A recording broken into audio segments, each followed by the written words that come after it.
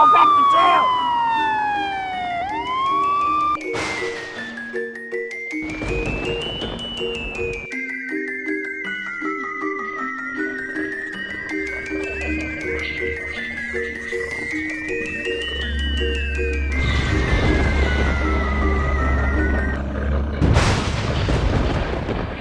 Witches Woods? Well, what do you want to know? It's probably one of the most exciting things during the month of October that you can find in New England, featuring New England's longest hayride, and it's 17 minutes long through Witches Woods here at Neshoba Valley Ski Area. The legend of Witches Woods is that years and years ago, there was a legend where a coven of witches went and tried to keep these evil spirits from coming out, and they couldn't contain them. And now the Witches Woods legend lives on, and there's many creatures of the night out there that might scare you. Our newest attraction this year is Vampire Passage, where the night has fangs. And that legend is really interesting. That's 13 years ago. These men went out into the woods with this oblong box covered with chains and locks, and nothing was to be found of them except broken wood, broken chains, and the remains of those men.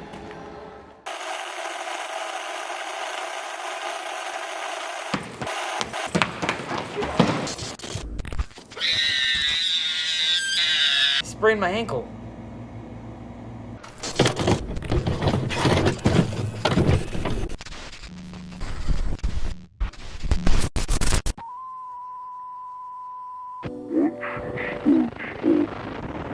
Don't open it. Don't do it. Don't open it. Don't do it. I have a test next period. The horror!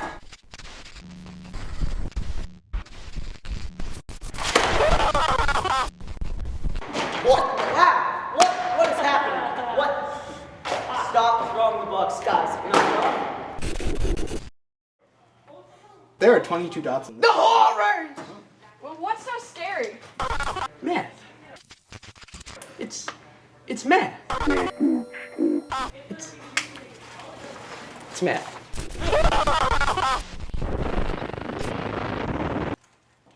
All right, guys, come on. No running in the halls.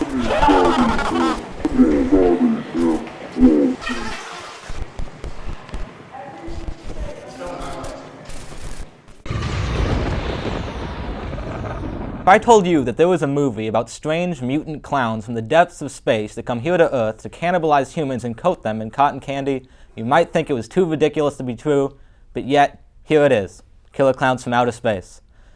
This is definitely a very entertaining movie despite its low budget. Some would say it's good, some would say it's bad, but either way, you cannot deny the fact that it's very entertaining. I get a kick out of it every time I watch it.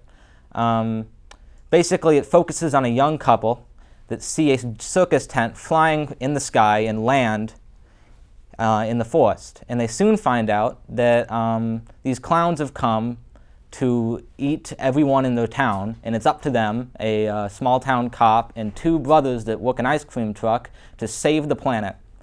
So yeah, I would say it's a must watch just because you really have to see it to believe it, and it's a great movie.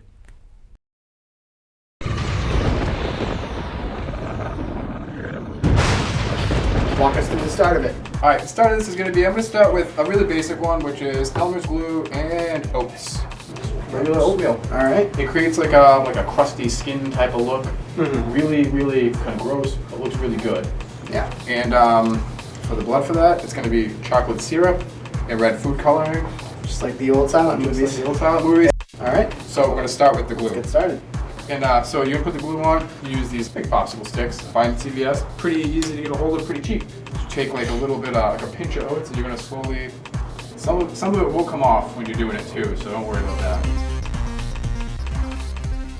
So that from there, you're kind of just gonna let this dry from now on. The next thing we're gonna start with is, this is liquid latex.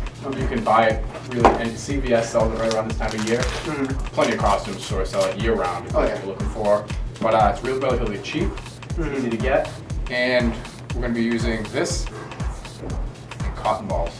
Cotton balls. Cotton balls. Right. Make sure you don't have a latex hat. Yep. Pretty much. What you're going to do with this too is you're going to deconstruct the cotton balls. You don't want them to set like a cotton ball, like kind of just pull it apart. Set it so it sits flat like this.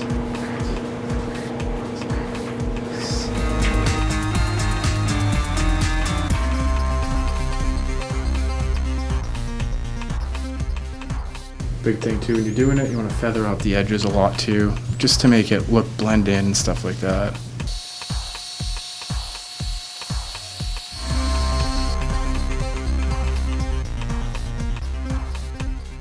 So the next part I'm going to do with this is to give them a little depth, The best way to do it with at-home stuff is simple black food coloring. A lot of people don't know they make black food coloring, but they do. It's also great for another application for black food coloring that we use a lot is like if you do your face up and everything, you take it, you put it in your mouth, you swish it around your mouth a little bit, and you spit it out. It stains your teeth like green, so it looks really creepy. So it's food safe. It's food safe. Yeah. So as long as you don't mind having a green mouth and green teeth, it adds a lot actually to a costume really. So that's a tip that even like a lot of like pro hunters use is that and yellow crayons to do the color of their teeth, which are both at-home things.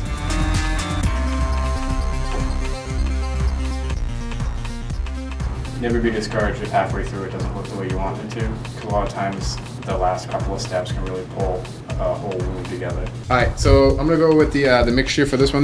For this wound I'm going to do strictly pretty much kitchen stuff. I'm going to use a little bit of like the easy you can get makeup stuff for this one to show kind of like difference in them, but this is going to be completely the kitchen. Like your KitchenAid and glue. All right. Doing this, you learn to talk to yourself a lot. It's perfect for this. Yeah. Fills the time. It smells good. Yeah, it does. It's even edible, minus the glue. Well, the glue's even edible too. It's safe for kids. This right here, that's kind of the finished product. You can do some more around it if you want to with the thing, because you can see it kind of stains the skin on the outside, and you can blend that in however you want towards the end. And now we're going to work on this one. But this will dry up. It's still a little wet right now, but it'll dry up. You can use any really at-home makeup. This is just easiest for the time being. It's called a bruise wheel. It's yellow, greens, blues, browns, and reds, which you can get in any store really for makeup color. You start with that. Closest thing to the flesh is really what I'm going to start with.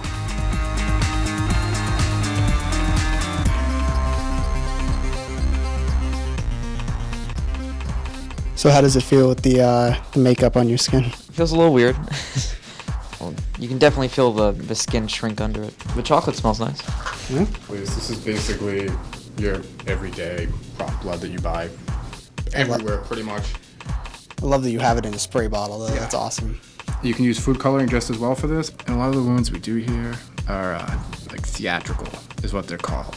I mean, they have other different, once you really get into it too, if you're looking for like bigger stuff, they have like all different types of like neat blood, like ones that almost congeal, that looks like real thick and like bruised and stuff like that.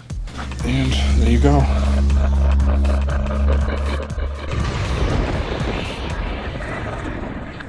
Hey, and welcome to Spooky Movie Smackdown, the follow-up to Summer Movie Smackdown. Today's review is Corpse Bride. So basically, the basic plot of the movie is Victor accidentally marries Emily, a corpse, and he gets sucked down into the underworld, and somehow he needs to fix it. And by the end of the movie, I won't reveal the ending, but his supposed to be wife sees them together and is like, yeah. And it's a complicated plot line of many marriages. Great movie. I really enjoy all stop motions, especially the big feature-length ones like this, and Tim Burton definitely has a very high spot on that. Corpse Bride is one of my favorite movies, I'd say. I just love the style, and in the Tim Burton movie theory, this would be between Frankenweenie and Nightmare Before Christmas. Well, when we started off, Witches Woods only had Nightmare Mansion, which we are standing in right now. And we've evolved to now have 7 different attractions. There's the 3D Keeper's Crypt, which this year is a clown theme, lots and lots of clowns. Some people have a real tough time with clowns, and these clowns are creepy. There's also the Castle Morbid, and the theme this year for the Castle Morbid is monsters and beasts will abound at the Castle Morbid. And then Nightmare Mansion's theme this year is an old abandoned house with a bunch of relatives and people that we don't even know where they've come from. And then out on the hayride this year, New England's longest hayride, the theme this year is post-apocalyptic dystoria. We have over 150 actors that get made up each night, and that's a feat within itself.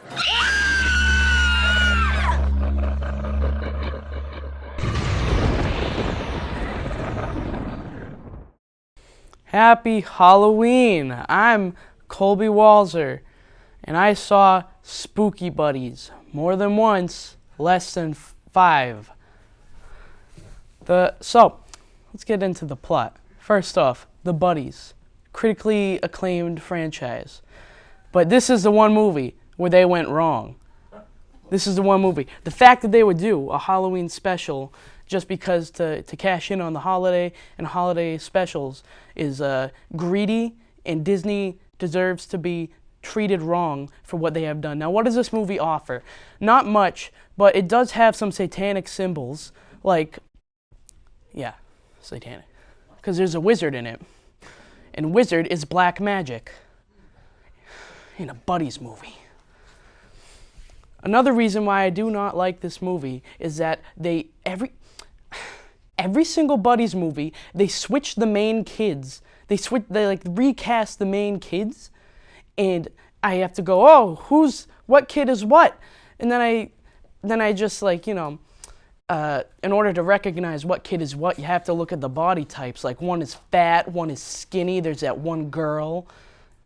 So yeah, it's a pretty awful movie. Don't see it. Well, the Neshoba Valley ski area, I grew up here. This is my family's business, so I've been here with Witches Woods since its conception. The ski area itself is 52 years old, and Witches Woods is on its 17th season. My favorite part about Witches Woods is that Witches Woods is never the same. And the reason for that is because of the actors, because they get involved with the customer as they're coming through the experience. You can come to Witches Woods multiple times, go through the different attractions, and it's never quite the same because someone might be in one location, someone might be in another location. We find that a lot of kids will come multiple times because it's very fun, very scary, and it's wonderful to go with a group.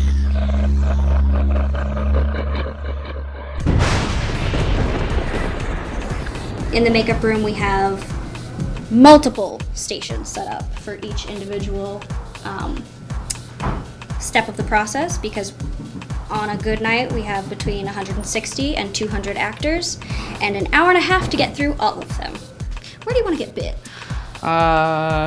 Probably someone could bite you, like right here. A lot of the thing that we have as a luxury is that our actors are in the dark.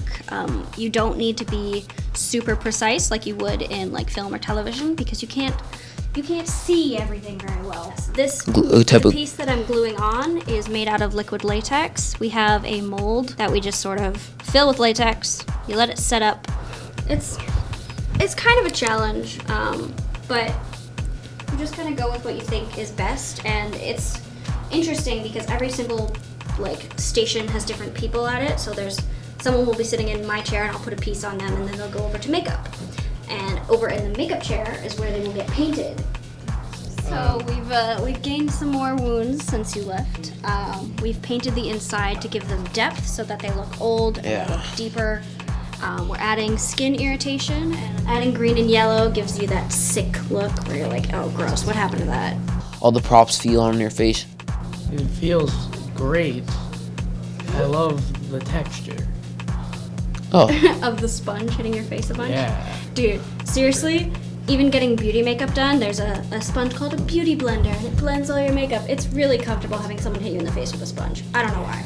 It's just so soothing.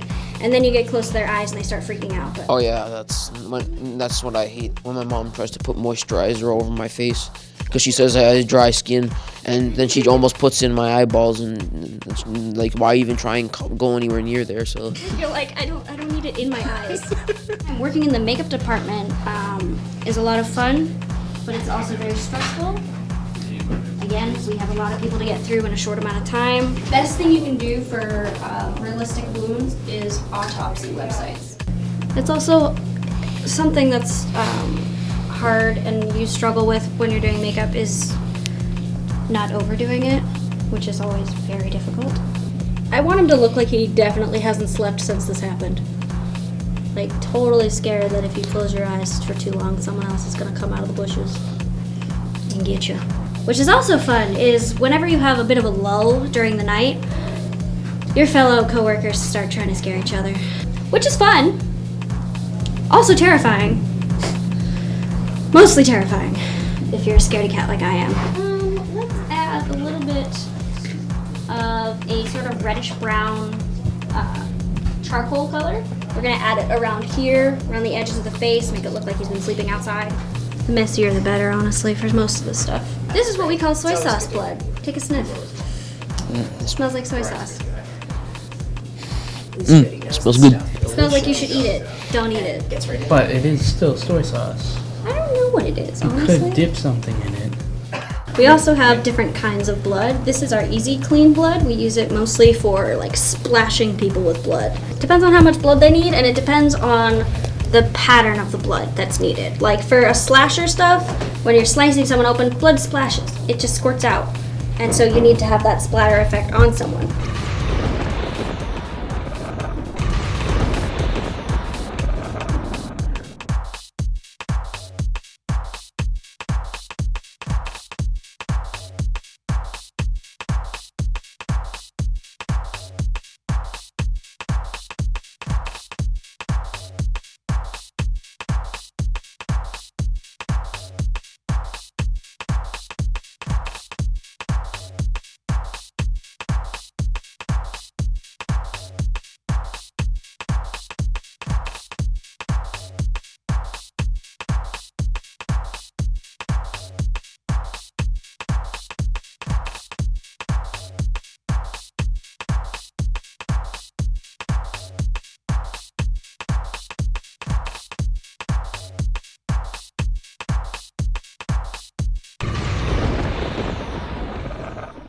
Hello, and today we're talking about Charlie Brown and the Great Pumpkin.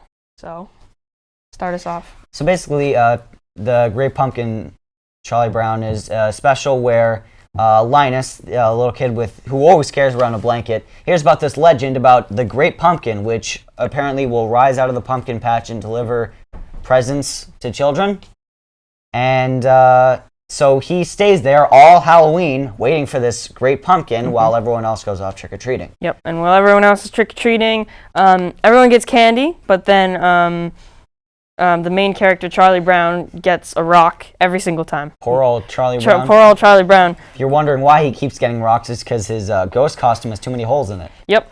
And so then he goes back to the pumpkin patch to meet Linus there, and the Great Pumpkin arose, but it wasn't actually the Great Pumpkin. Yeah, it was something else. We're not going to spoil what it was. Yep. But it was not the Great Pumpkin. But he fainted, didn't end up seeing it. No, he saw like the but shadow. All his friends did. Yeah. And everyone was like, whoa! Yeah. So. But no. No, he didn't get to see it. So, thank you for watching. Thank you. We'll see you next time. Great Pumpkin. Bye! Great Pumpkin. Great Pumpkin. Thank you. Happy Halloween, everybody. We're doing a movie review of Child's Play today. Child's Play is a movie that takes place in Chicago. There is a serial killer named Charles Lee Ray who's going to get gunned down in the store, originally in the beginning, but he is taken down, but before he dies, he's able to transfer his soul into a good guy doll.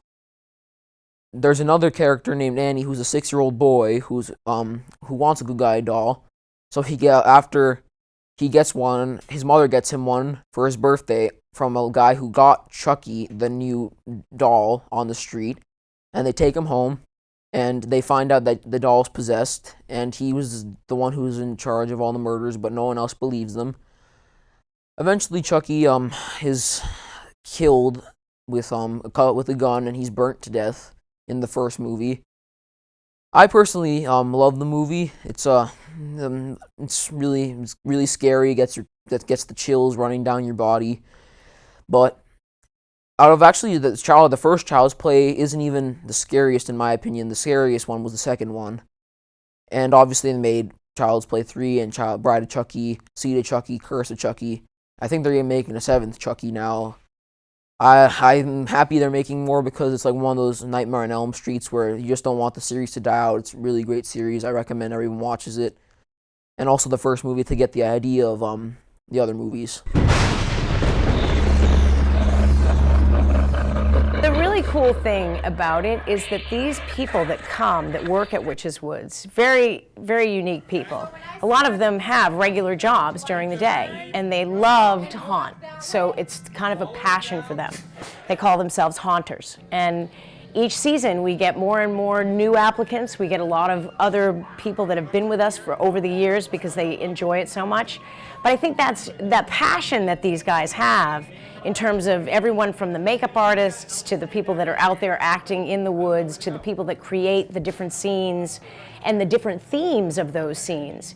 You know, each season takes a lot of effort to do this. You know, they plan when this thing is over for the next season. They're already thinking about what kind of scenes they want, what materials they're going to need, how they're going to build it. And I think that, you know, with the different animatronics that we have and the different scene sets and costumes, every year they try to make it fresh and they try to make it different. And that's, I think, what keeps people coming back to Witches Woods.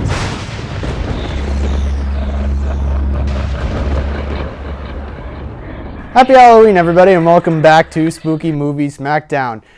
Currently, I am reviewing one of my all-time favorite movies, just out of everything, not just holiday movies, The Nightmare Before Christmas. Now, the animation in this movie is spectacular. It's just stop-motion animation. You could tell they put a lot of effort into it. But what I like the most about this movie is the soundtrack. The music and the lyrics and just everything is so good. Danny Elfman is a fantastic singer and composer.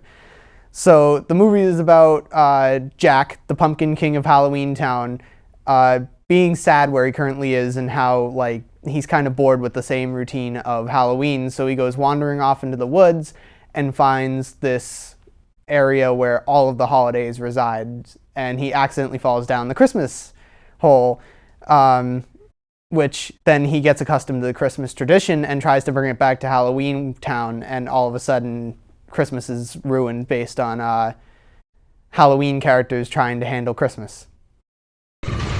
So I definitely recommend seeing this movie if you haven't already. I mean, it's been out for a while. It's a classic. And so every year, the Great Pumpkin rises out of the pumpkin patch and gives presents to all the good little boys and girls. This better be worth missing the Halloween party, you blockhead. It will be. This will be the greatest Halloween. What's that? What's that? There he is! There he is!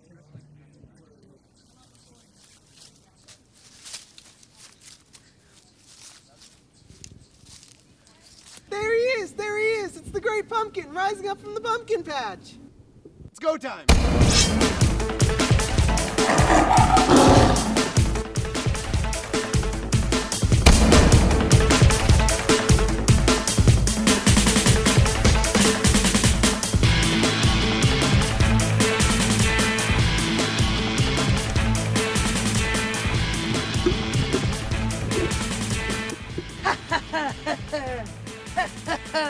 Hey, here's some of your cherry, you know, just...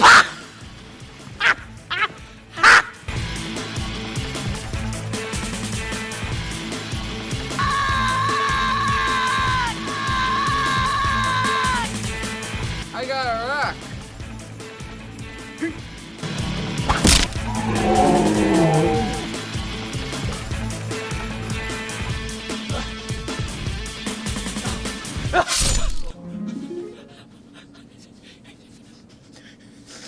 You did this!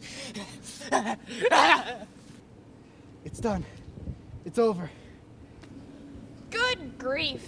Hey, that's my line.